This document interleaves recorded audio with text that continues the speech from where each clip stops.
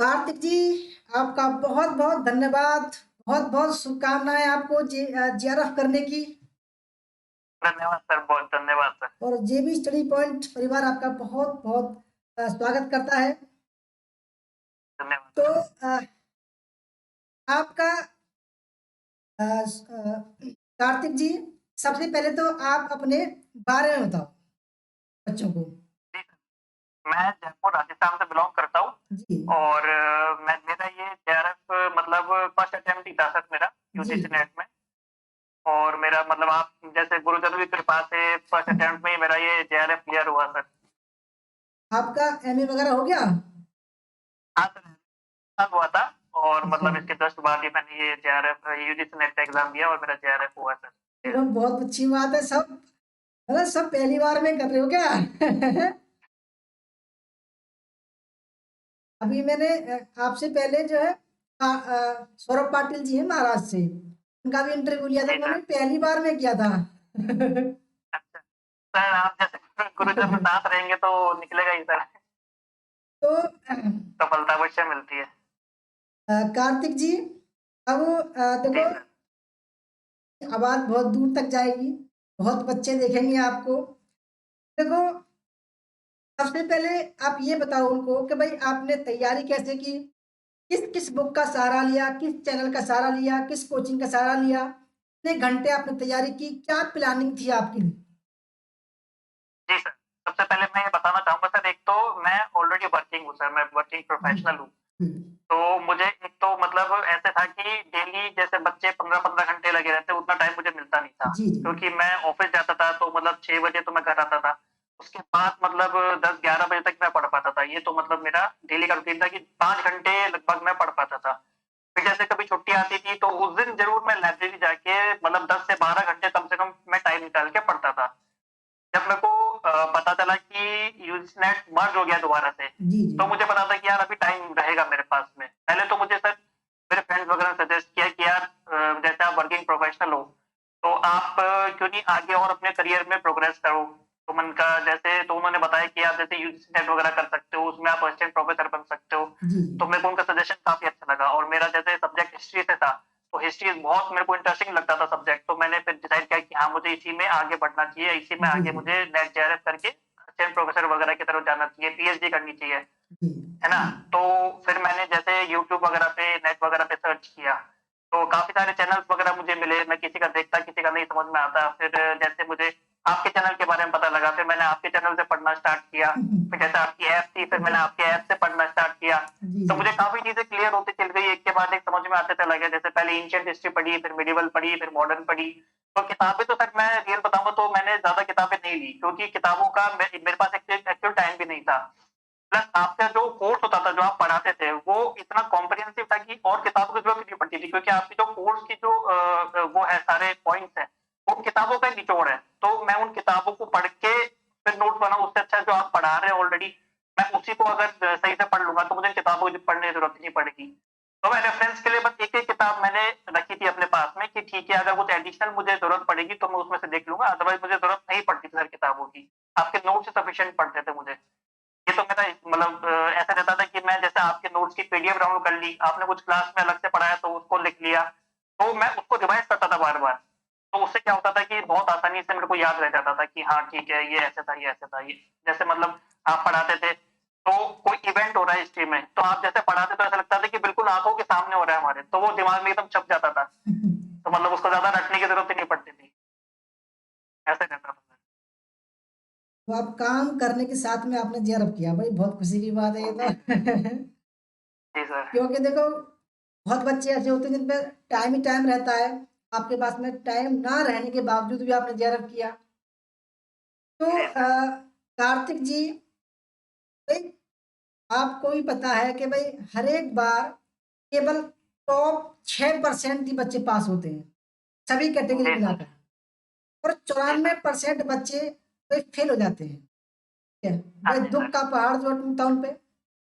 अब क्या करें भाई, मजबूरी है उनकी, भाई 6% लेने होते हैं उनको। क्या कर सकते हैं उसमें। जी सर। तो उन बच्चों के लिए आप क्या संदेश देना चाहते हो? भाई देखो, कि अब जो समय है उनके साथ खड़े रहने का है, क्योंकि देखो हो सकता है कोई बच्चा सुसाइड भी कर सकता है।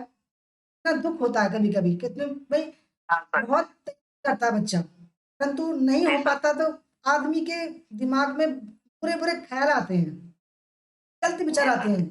तो देखो उन बच्चों के लिए आप क्या कहना चाहते हो? संदेश आप अच्छा जी सर। मोटिवेशन देना बच्चों के लिए। जी सर।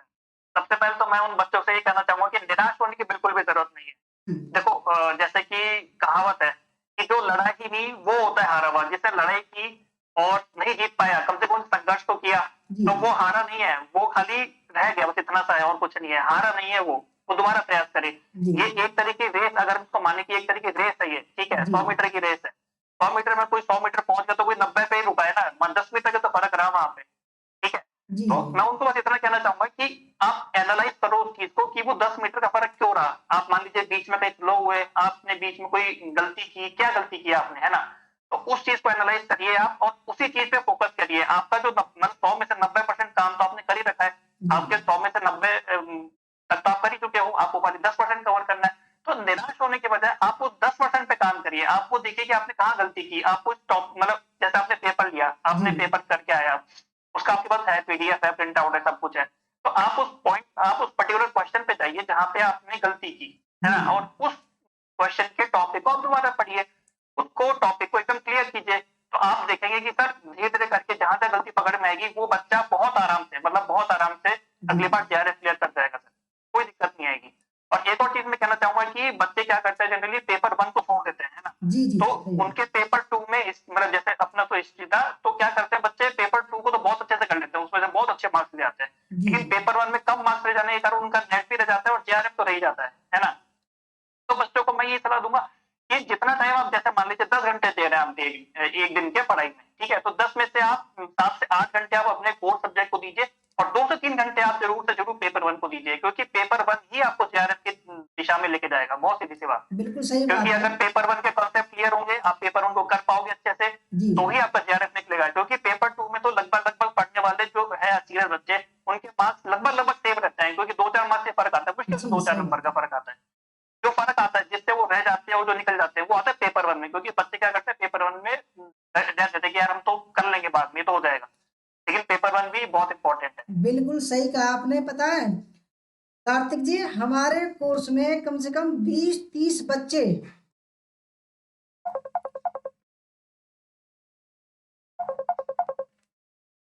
20-30 बच्चे जो है ना, वो इसी वजह से रह जी गए सर। हैं क्योंकि उन्होंने जो है ना पेपर फर्स्ट जो है उस पर ध्यान नहीं दिया। बहुत सारे बच्चे जी सर। हरियाणा के हैं। देखो, आप विश्वास नहीं मानोगे पे हिस्ट्री में 70 सवाल मायने रखता है, 70 हाँ सर, सवाल बिल्कुल सर। और पेपर फर्स्ट में पता है 18 सवाल, 16 सवाल और देखो हाँ, ये गलती हो गई सर उनका उससे। जीआरएफ हो जाता है आराम से। बहुत आराम से हो जाता है सर, बिल्कुल हो जाता है। और उन्होंने मानी कि भाई सर मुझे बहुत गलती हो गई, आपने बहुत समझाया, मैंने बहुत डाँट लगाई, इसे बता रहा हूँ मैं, बहुत डाँट लगाई कि आप जी पेपर सर। फर्स्ट को दो भाई। क्योंकि देखो, जब मैं एमफिल में था ना तब हमारे चौधरी चरण सिंह यूनिवर्सिटी मेरठ में पंजाब यूनिवर्सिटी के वो आए थे प्रोफेसर लोग। उनसे मैंने मुलाकात की तो वो बोले कि बेटा पेपर फर्स्ट जो है ना वो नेट जेआरएफ कराता है। तो जी सर। मैंने उसी दौरान जो है पेपर फर्स्ट पर कमांड की, बढ़िया। देखो लगातार 4 बार नेट, 1 बार जेआरएफ हुआ। देखो ये उदाहरण है उनके, इसके आप जी भी सर, पेश बिल्कुल। कर रहे हैं उदाहरण। परंतु देखो बच्चे पता ना मानते नहीं इस बात को यार। आप भी जी अनुभव सर। बता रहे हैं, मैं भी अनुभव बता रहा हूँ और जो प्रोफेसर लोग हैं वो भी अनुभव बता रहे हैं कि भाई पेपर फर्स्ट को सबसे ज़्यादा वरीयता दो। क्योंकि देखो उसका सिलेबस कम है, वो समझ में जल्दी आ जी सर। जाएगा। मैथ जी हुआ, सर। रीजनिंग हुआ और पैराग्राफ हुआ उसका, है ना? डीआई हुआ। जी सर। ये 40 सवाल तो आराम से कर सकता है बच्चा। 40 सव जी 40 सर। सवाल और देखो हिस्ट्री में कम से कम मान लो आप भाई खींच कर जो 85 80 सवाल जो है मुश्किल करेगा बच्चा, 80 सवाल हिस्ट्री में। तो पेपर फर्स्ट ही नेट जरा बनाता है, ये 100% श्योर बात है और आप भी मान जी रहे हो इस सर। बात को। तो देखो सौरभ पाटिल जी आपने बहुत अच्छा संदेश दिया बच्चों को, ठीक है? और देखो मैं आपको बताऊं सौरभ जी, कार्तिक सर। कार्तिक जी कार्तिक जी अभी ना हमने बच्चों के लिए जो है नई नई प्रतियोगिता शुरू की है। हर एक 15 जी दिन सर। में जो है हम प्रतियोगिता को शुरू करेंगे। ताकि कुछ बच्चे ऐसे होते हैं, देखो बड़े-बड़े कोचिंग सेंटर में जाने से जो है कतराते हैं, क्योंकि उनका बड़ा-बड़ा जी सर। शुल्क है, 1-1 लाख रुपए है, 50-50 लाख रुपए है। हाँ सर, बिल्कुल है सर। हाँ। देखो मैं मेरठ में रहता हूँ, पढ़ाता हूँ बच्चों को, तो 52,000 रुपए का कोर्स है, 52,000 अच्छा। रुपए का, बताओ। और देखो मैं जो करवाता हूँ कुल 3,000 रुपए में करवाता हूँ, और अब तो हमने कुल 50% की छूट भी दे रखी है उसी में, बताओ यार। जी सर। कहाँ 50,000, 1 लाख रुपए, कहाँ 1,500 रुपए, बताइए। बिल्कुल सर, बिल्कुल। और देखो मेरा तो ये है कि भाई मैं जब तक ही थोड़ा बहुत शुल्क ले रहा हूँ, जब तक मेरी जॉब नहीं लग रही है, और जॉब लगते ही सब फ्री। जी क्योंकि सर। देखो कार्तिक जी, हमारे कोर्स का जीएसटी जाता है, जो ऐप है जी सर। वो सरकार द्वारा है, जो सौरभ गांगुली जी हैं उनके द्वारा, जो ब्रांड एम्बेसडर है वो सौरभ गांगुली, आप जानते होंगे। अच्छा। हाँ। तो क्लास प्लस का ऐप है हमारा, तो 18% जीएसटी जाती है, 6% कंपनी लेती है। देखो भाई वो तो देना पड़ेगा, परंतु मैं बच्चों से ना लेकर मैं खुद देता हूँ उसको। मैं चाहता हूँ कि जी सर। अब इसका नेगेटिव इफेक्ट भी पड़ता है कि भाई 1,500 रुपये में कैसे करा देगा इतना अच्छा कोर्स। जी सर। देखो बहुत सारे बच्चे जो है 15 JRF हुए हैं, 36 नेट पास हुए हैं हमारे, थोड़े हो गए हैं। जी सर। तो देखो बच्चों ने कहा, सब प्रोफेसर ने कहा कि भाई कोर्स का प्राइस कम कम मत करो, ज्यादा बढ़ाओ। मैंने कहा सर कोई बात नहीं, बच्चे थोड़े बहुत ही जुड़ेंगे, कोई दिक्कत नहीं है, मगर मैं चाहता हूँ जहाँ से मैं निकला हूँ, देखो कुछ ऐसे होते हैं बच्चे जिनका बैकग्राउंड थोड़ा कमजोर होता है, उनके लिए कुछ सहायता की जाए। तो बिल्कुल। पैसे वाले वो तो कर ही लेंगे। जी सर। तो कार्तिक जी, आपने हमारे बच्चों के लिए बहुत बड़ा संदेश दिया है कि भाई हिम्मत ना हारें और लगे रहें। जी सर। ठीक है। बिल्कुल सर, मैं बस एक बात और कहना चाहूँगा, जी, जैसे जो भी बच्चे तैयारी कर रहे हैं, वो प्रीवियस ईयर के क्वेश्चन ज़रूर सॉल्व करें जी, और जी, ज़्यादा से ज़्यादा प्रीवियस ईयर के क्वेश्चन सॉल्व करें। पेपर 1 में भी और पेपर 2 में भी उससे बहुत ज़्यादा मदद मिलेगी। मतलब एग्ज़ाम में जब मल्टीपल ऑप्शंस हमारे सामने आते हैं, तो उसमें से ऑप्शन एलिमिनेट करने में उससे बहुत ज़्यादा मदद मिलती है। हमें आइडिया लग जाता है कि हाँ, जब अपन ऐसे हज़ारों क्वेश्चन कर लेते हैं, तो आइडिया लग जाता है कि हाँ, ये इसका आंसर नहीं हो सकता, इसको जी। एलिमिनेट करो, ये नहीं हो सकता, इसको एलिमिनेट करो। तो उससे हमारा आंसर, मतलब आप मानेंगे नहीं सर, मेरे पेपर में कम से कम 10 से 12 क्वेश्चन एलिमिनेट करने से सही हुआ है। मैं मानता हूँ कि मेरा शायद जेआरएफ इस वजह से निकला है। तो मतलब बच्चे प्रीवियस ईयर क्वेश्चन को बहुत मतलब अच्छे से सॉल्व करें, उनके जी, बहुत जी। फायदा होगा सर। तो कार्तिक जी, आप को एक बार और बधाई, शुभकामनाएं। और अब बहुत बहुत हम चाहते धन्यवाद। हैं कि भाई आप जल्दी से पीएचडी या असिस्टेंट प्रोफेसर बन जाएं, और अपने ज्ञान को, जिस लय में आप हमसे बात कर रहे हैं, बड़ा अच्छा लगा। और इसी ज्ञान जी को सर। लगातार आप बरकरार रखें, और जल्दी प्रोफेसर बनकर अपने ज्ञान के प्रसार को बच्चे तक पहुंचाएं। ठीक है, ऐसी शुभकामनाएं करते हैं, जल्दी आपकी जॉब लगे, अच्छे भविष्य की मैं कामना करता हूँ, जेबी स्टडी पॉइंट परिवार। ठीक है। तो आप जो है एक बात और ध्यान रखना कि भाई जब मैंने एक प्लान बनाया है कि हम अपने बच्चों को जो है जो भी जेआरएफ वाले क्वालिफाइड स्टूडेंट हैं, उनसे जो है एक मीटिंग कराया करेंगे। ठीक है। तो उनसे जी भी सर। भाई उनको बच्चों को हौसला मिलेगा जो हमारे कोर्स में है, कि भाई ये जेआरएफ क्वालिफाइड बच्चे हैं, कुछ संदेश देंगे। तो मैंने जी सोचा कि सर। हर एक संडे को एक मीटिंग लिया करेंगे बच्चों की, और उसमें जी सर। एक जेआरएफ क्वालिफाइड, जैसे कि आप हैं, मजुद्दीन जी शेख सर। जी हैं, और जो भी हैं सबको जो इनवाइट किया करेंगे, और बच्चों को संदेश आपके द्वारा मिला करेगा।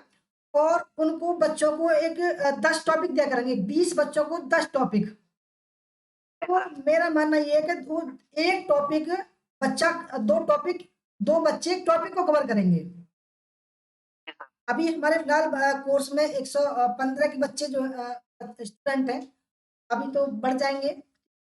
तो मैं चाहता हूँ कि भाई जितने भी स्टूडेंट हैं, ज़्यादा से ज़्यादा हमारे कोर्स से पास हों, ऐसी मनोकामना है। तो मैं चाहता जी हूँ कि सर। भाई हमारा जो प्रतियोगिता है वो हर एक 15 दिन में करवाते हैं हम, जी सर। ताकि गरीब बच्चों का कुछ फीस की व्यवस्था हो जाए, कुछ पैसे की व्यवस्था हो जाए उनके लिए भी। क्योंकि देखो टॉप जी 10 सर। बच्चों को जो हम अ, इनाम देते हैं, और उनको भाई कोर्स ज्वाइन करवाते हैं फ्री ऑफ कॉस्ट। भाई मेरा जी मानना सर। ये है कि भाई हमारा तो बस खर्चा चल जाए कैसे ही, और जब हमारा जॉब लग जाएगी सब फ्री हो जाएगा। भाई क्या का ज़माना है, कुछ जी तो करना सर। पड़ेगा। तो सर बिल्कुल, और मैं तो बस जो बच्चों से यही कहना चाहूँगा, जो भी आपसे जुड़े हुए हैं, कि आपका जो आप जैसा गाइडेंस दे रहे हैं, जैसा बता रहे हैं, जो पढ़ा रहे हैं, बस उसको ध्यान से पढ़ते चले जाएँ, निश्चित उनका जेआरएफ निकलेगा सर। उनको मैं ये संदेश देना चाहूँगा। अब देखो नए-नए विचार आते हैं मन में और नई-नई चीज़ बता रहा हूँ बच्चों को, जो टेस्ट करवाता हूँ मैं डेली 150 सवाल का, उसको मैं नोट करवा रहा हूँ। फिर नोट करते चलो, जब जिस दिन एग्ज़ाम आएगा कम से कम 1 लाख सवाल आपके पास होंगे। हाँ, जी बिल्कुल सर, थ्योरी बिल्कुल हो सर। जाएगी वो, एकदम निचोड़ हो जाएगा उस चीज़ का। जी सर, बिल्कुल। तो कार्तिक जी बहुत-बहुत धन्यवाद आपका। आपने धन्यवाद सर, बहुत-बहुत इंटरव्यू दिया, धन्यवाद। बच्चों के लिए कुछ मोटिवेशन दिया और हम चाहते हैं कि जल्दी से आप नौकरी जॉइन करें और अपने ज्ञान का प्रसार जो है अपने बच्चों में फैलाएँ। बहुत-बहुत धन्यवाद आपका, जी सर, बहुत-बहुत शुक्रिया धन्यवाद। बच्चों को संदेश देने के लिए। थैंक